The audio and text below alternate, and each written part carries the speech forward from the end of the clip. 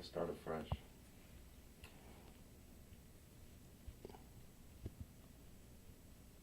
Dr. Eldad, what's the significance of Israel and the Israeli-Arab conflict in the greater global conflict? People used to think that there is a war between the Palestinians and the Israelis. It is true on the technical way, but it is a part of a much larger scenario, global scenario. And more and more people understand today that Israel is just a Western outpost in the clash of civilizations, in religious war between the Muslims and the rest of the world. It's not only the Jews or the Christians. Samuel Huntington, in his book Clash of Civilizations, counted maybe 170, 180 global events at the time the book was written, and 95% of them were between Muslims and non-Muslims globally. So we have a war between us and the Palestinians, but it's part of a much wider disease. It's just the local symptoms in the Middle East that we suffer from. You used a medical metaphor. How would you describe what's the nature of the disease that's behind the jihad, and how that affects the Western world? I'm trying to avoid the cliches of cancer that is trying to take over the body, because it were used so many times. I'd rather describe it as a conflict of two philosophies, two religions, two cultures that are trying to eliminate. Let me say it again. I would rather describe it as a culture, the Muslim culture, trying to take over everything that is within their frontiers.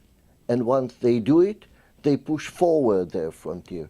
It's a global new imperialism, like the old one that we saw in the 19th century, only this time it was a different shape, a different sort, but it's still a global imperialism. What first-hand personal experience have you had with the terror movements on a personal level in dealing with Palestinian terror and those who oppose the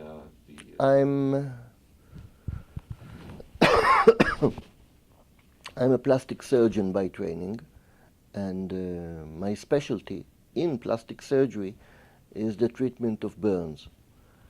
And for many years, I was in charge of the burn unit, and during my years in the Israeli Defense Forces Medical Corps, I was in charge of treatment of terror victims, among other war injuries.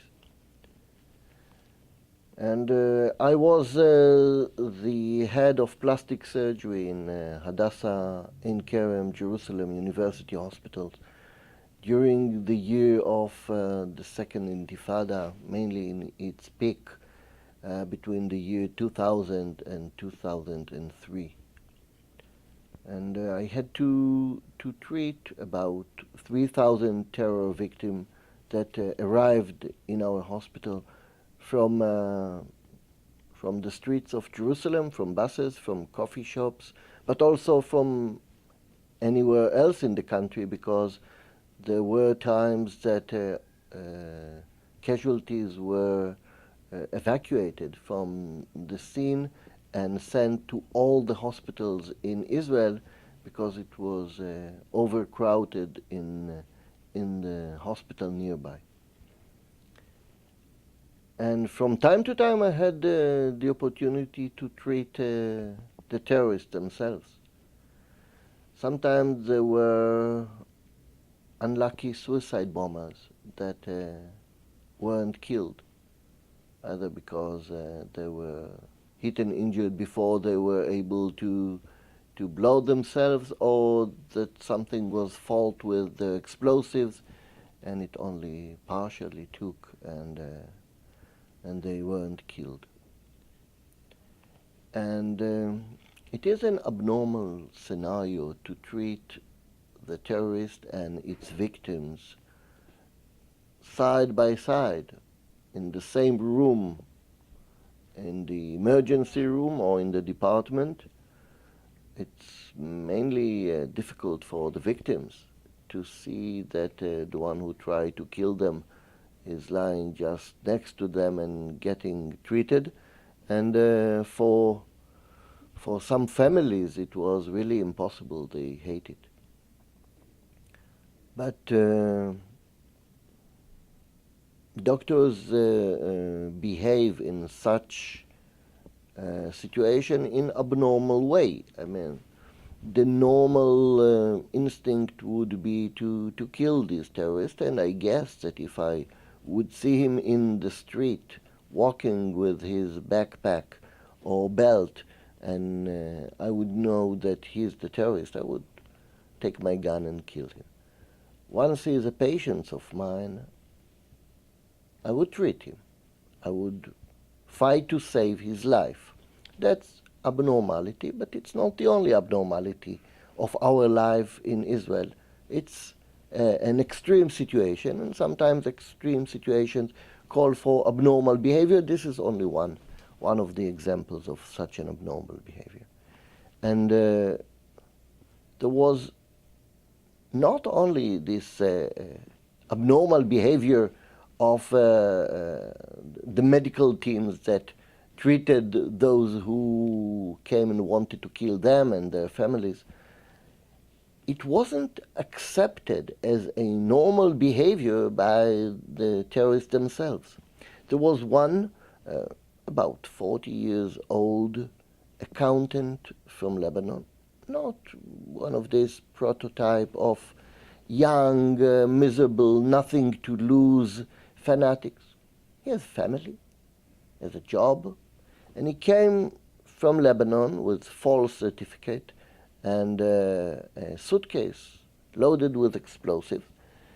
And one day he reached under the bed in his hotel room in Jerusalem to take out the suitcase, and it exploded. He lost both legs, both eyes, one arm, and he had 60% burns on whatever left of him. That's how he came under my treatment. And I was in burns. It happens many times that you have to work one-on-one for a long time. He was hospitalized for 3 or 4 months, and he never could understand why we treat him. Why you helped him? Yes, why we are trying so hard to save his life. In his case, it was not only the obvious medical reaction, part of our obligation to every patient, but a kind of special punishment. To stay in, I really believe that to stay in such a miserable existence sometimes is worse than dying on the spot. But he was doomed to stay like this for the rest of his life because what he was doing. Blind, no legs, no hand, left as in a box to debate with himself for the rest of his life what he was doing and what was the punishment of what he was doing. Philosophically, it's a kind of a punishment for somebody like that. I mean, I would think that if God forbid I would be in such a situation, I'd rather die than stay in such a situation. But surely, have you treated Israeli civilian victims of terror who have had to suffer similar, or if not worse, punishment? Yes, but I don't remember any one of them who was so mutilated as this guy, because he carried the explosive on him. But there were patients of mine that even though I tried to save their life with everything that I knew, we lost them. Not few didn't survive the terrible injuries that these people inflicted upon them. And we had big burns and small burns, and people were amputated. Some of them survived, some not, but he was the one, I don't know how, survived the worst injuries. Some of them didn't. And I don't remember having such a dilemma whether to keep somebody alive or not. In other cases, people usually wants to live very much, and if they are not so badly mutilated, they can do it. How is it possible for Israel to make peace, or to establish peace, with such a perhaps brainwashed neighbor, both alongside in adjacent neighborhoods and among Islamists who are Israeli Arab citizens? Historically, I think it's not the first time that hatred is a strong motivation in wars. Germans hated the France, and the Japanese hated the American, and vice versa. And eventually it disappeared. It can happen, but we'll have to change education in the refugee camps. We have to change incitement in the mosques. Japanese were educated to hate the Americans as long as they fought them, and as long that the regime that started the war was in power. The way to change it was to put down German Nazi or the regime in Japan. We'll have to put down the regime that organized this incitement, that teach this hatred. And eventually people, most all of the people, wants to live their quiet life without fighting, without killing. So I think our task in history is to get rid of these radical Muslim teachers and imams and leaders that send the children to be killed in our buses, in our streets. Once we do that, and it will take military force to do that, it won't happen by words, by talks. It will happen if we'll implement brutal force in the right places, in the right timings, and eventually we will be able to change the leadership of our enemy, and then the people will do as normal people everywhere in the world. They try to do their everyday living. They'll try to survive. They'll try to prosper. They'll try to enjoy life, not to sanctify death, but to enjoy life. As a humanitarian for many years, working as a humanitarian, then, is your position, are you coming from a position of humanitarianism both for the Palestinians and for the Israelis on a human level?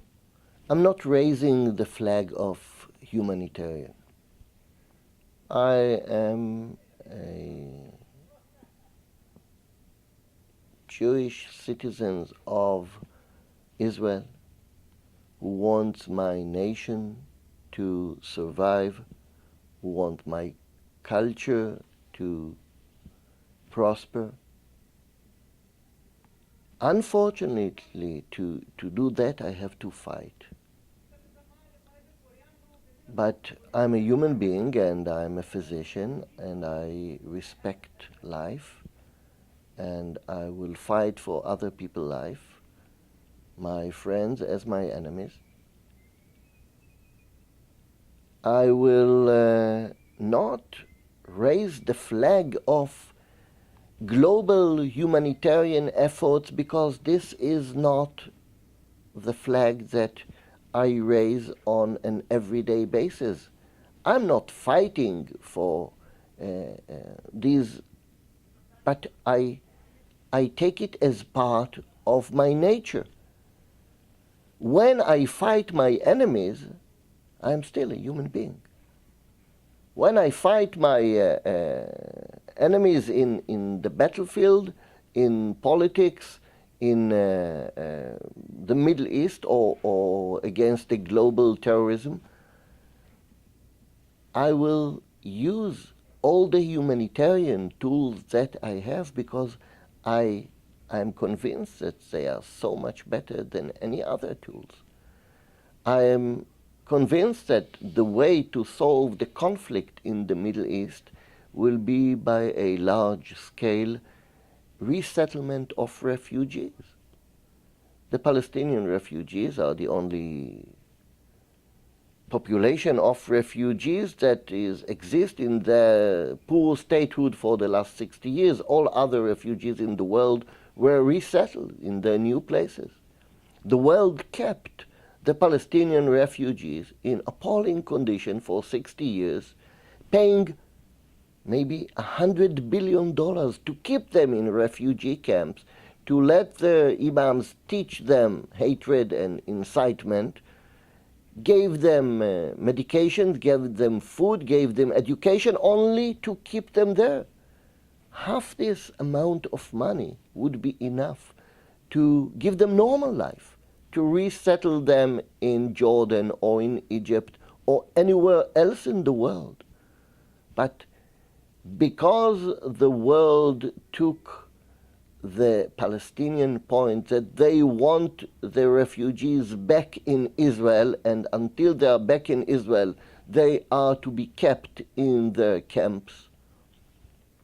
The world is punished by this wave of global terrorism that was born in these refugee camps. The 9/11 was not started in the United States, but the people who did it were people who came from the Middle East, taught by this hatred, educated for hatred of anything that is not Muslim.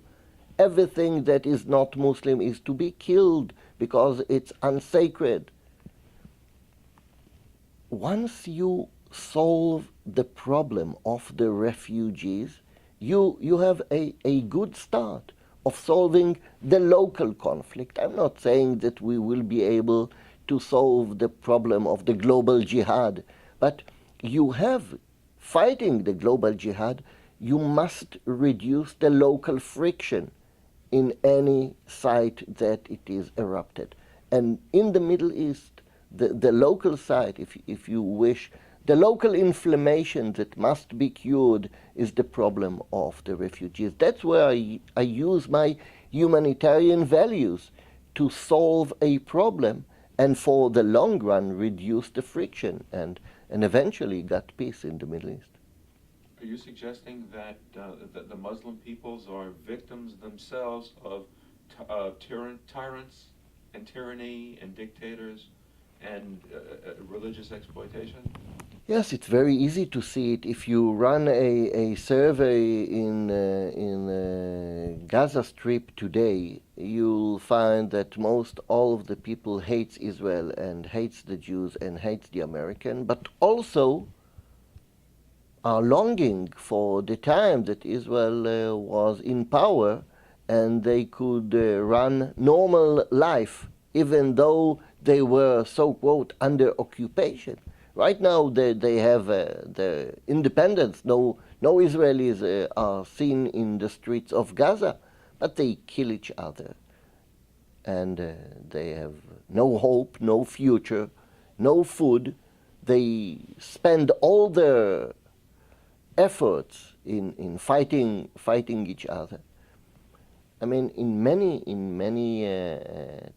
times where you could talk to Palestinians privately, not on the media, they would curse Yasser Arafat, they would curse the Hamas, they would curse anybody who took over and decided for them how they are going to conduct their life, which means in an eternal war against Israel.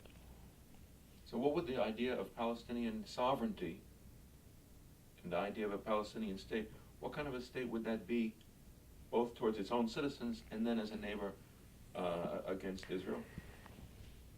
Any state that will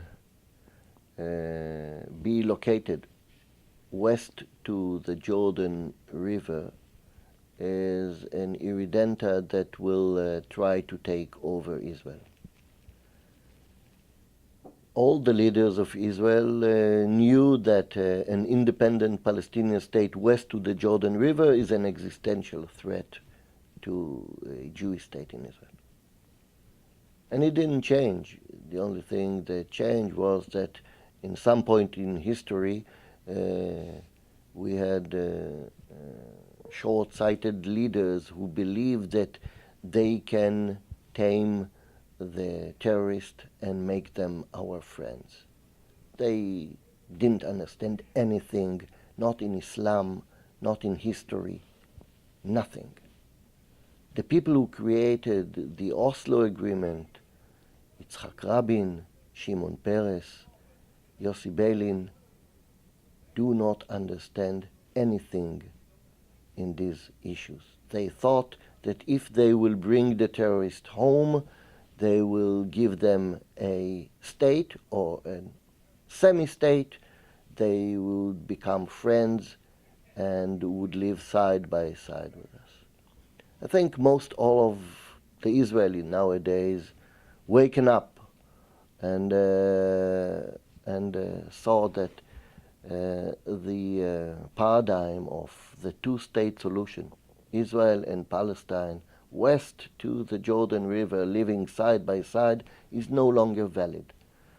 When we withdraw from South Lebanon or from Gaza Strip and let them on their own, they weren't satisfied. I mean, it wasn't a territorial issue.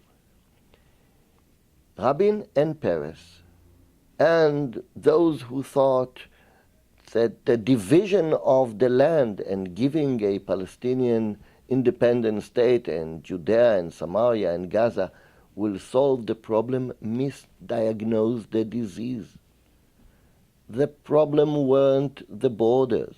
The Palestinian Liberation Organization was started 3 years before the Six-Day War, before the so-called occupation. I know of only one occupation. The Arab occupation of the land of Israel started in the 8th century. That's the only occupation that I know. The people of Israel cannot be occupiers in their own homeland as much as the Italians cannot be occupiers in Italy. It's their land. Somebody else, a long history, took it over, and they drove them away in the 19th century. That's normal. That's a war of independence. But even if the Palestinians will give up their hope to take over Israel, they still are running a policy of expansion. We don't want to occupy you, said the moderate Palestinians. We just want to have the right of return of the Palestinian refugees. It's not the work. It's not the way it's going to work in Israel, because Israel will be eliminated as a Jewish state once we'll accept 2 million or 3 million refugees into the state of Israel. There's no way this is going to be accepted by the Israelis. So the Palestinians will have to give up their hope to come back to Tel Aviv and Haifa and Tzfat and Jerusalem. And once they give up this hope, we are on the way to solve the problem. But as long as they teach their kids that they are going to come back and everything is going to be theirs, there's no way we will be able to have two-state solution west to the Jordan River.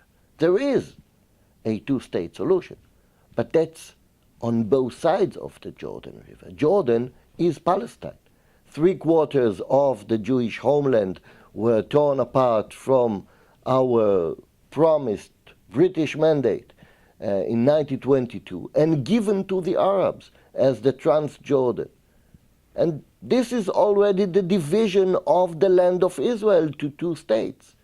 75% of the citizens of Jordan are Palestinians. They are Palestine de facto and de jure. We don't need a third state. We have one Palestinian state, which is Jordan, one Jewish state, which is Israel. That's more than enough. A creation of a third state in the middle will be an irredenta both to Jordan and to Israel. That's a safe prescription for an eternal war. How about Jordan then assuming responsibility and sovereignty over the West Bank? Partially they're ready for it. They were the only Arab state that granted citizenship to the Palestinians. No other Arab state did it. And they are deeply involved in all areas of life, in politics, in everything in Jordan. And Jordan is not a democracy. And God bless them because they are not a pure democracy. If they were like what happens now in Iraq. The way that the Palestinians in Jordan were educated to become citizens in a state and not in a constant state of war with their neighbors were because they had a kingdom who supervised them, who integrate them into democratic life, but not the ultra-liberal democracy that we see elsewhere. They have a parliament, they vote for the parliament, they have their representative, but the king has more power than the parliament. And I think most of the Western world worship the kind of regime in Jordan because it really gives education and food and security for the citizens of Jordan. Once the Palestinians had an independence or so-called independence, this is the Gaza Strip alternative. If not of the Hashemite kingdom of Jordan, eventually they would end up like the situation in Gaza or in Kosovo or in Darfur, where they keep killing each other in masses because there's no central group of force that will be able to control. I think Jordan can be the right prescription for the future Palestinian state when 1 million or 2 million refugees will be resettled in the empty spaces in Jordan where water can be tunneled and desalinized there, where huge energy power stations can be built, housing and jobs can be created. And I think in a course of 10 or 20 years, the solution of the Palestinian refugees can become a truth in Jordan. Why wouldn't it be acceptable to Israel to have Jordan assume governance over the existing territories? If anybody believes in safe borders, there aren't any safe borders within the west side of the Jordan River. If the Palestinians will be able to create their bases in less than 10 miles from Ben Gurion Airport, we will never have an independent Jewish state west to the Jordan River. We will eventually have to send our forces to take over again and have a military presence in Judea and Samaria.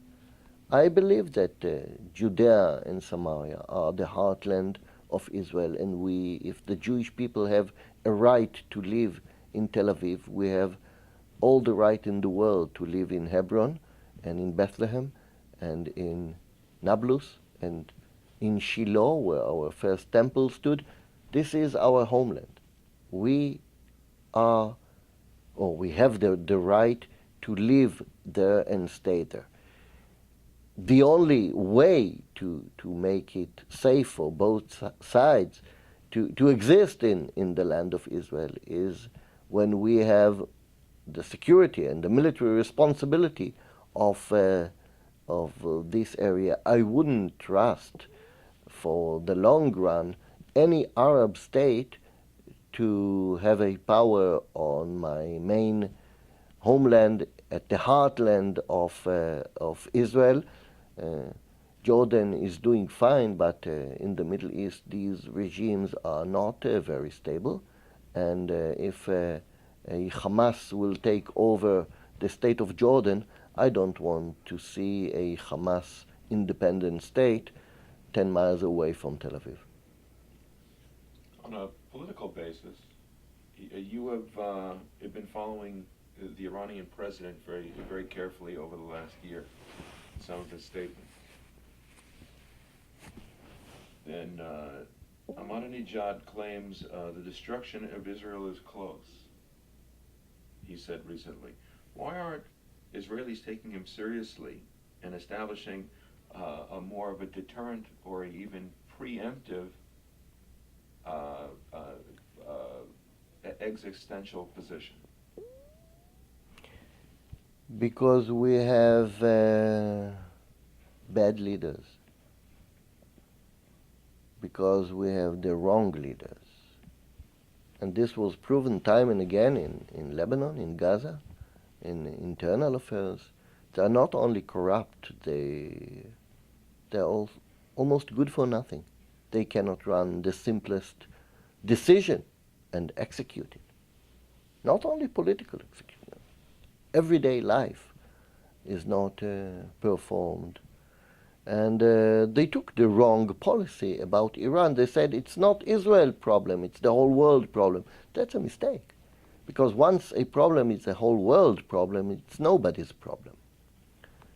I believe that Israel should say very clearly to the whole world that Iran may cause huge damage to the whole world, but primarily it's our problem. And if the world will not solve the problem within a given timetable, Israel will have to solve the problem, and if we will not have enough conventional power to do it, we will do it with whatever power we have, because we will never allow ourselves to face another Holocaust. Do you think Iran is just boasting when they threaten that the Zionist regime's future is dim, or do you think that they would attack Israel for an existential war? They will attack Israel as soon as they feel that they can eliminate Israel in one blow.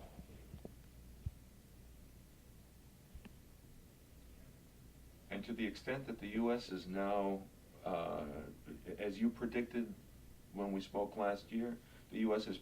is negotiating an exit strategy with Iran's capability, with perhaps a tacit acceptance of their nuclear energy program. One can differentiate it very easily between a peaceful nuclear energy and a nuclear industry to create weapons. In order to do that, Iran will have to accept on the ground supervisor 24 hours a day and open policy for all its sites. Right now there are sites that never were visited by any supervisor from the international community, and that's why not many people in the world doubt the fact that they are producing nuclear bomb and not doing anything with nuclear energy for peaceful purposes. Iran, like any other state, will or should be allowed to have a nuclear power station for electricity. But it's a joke to think that they want to do it. Iran is the largest producer, or one of the largest producers of oil in the world. They do not need nuclear power station for electricity. They need it to create fuel for the nuclear bombs. Well, how would you like to influence the Israeli political and government system today in order to handle these daily growing threats? I left my position at the hospital with only one mission: to prevent the creation of a Palestinian state. In order to do that, I have to be part of the government. But I will not be ready to be part of the government when, or within the framework of this current government, which is corrupt, failing, and take all the wrong decisions. We'll have to change the government of Israel, and then I want to be part of the new government. Are you a current member of the present government? No, I'm a current member, proud current member of the Israeli opposition to the government. It's not a great pride to be part of this government. I'd rather stay in the opposition until we change the government. What's this new party that you're developing? There's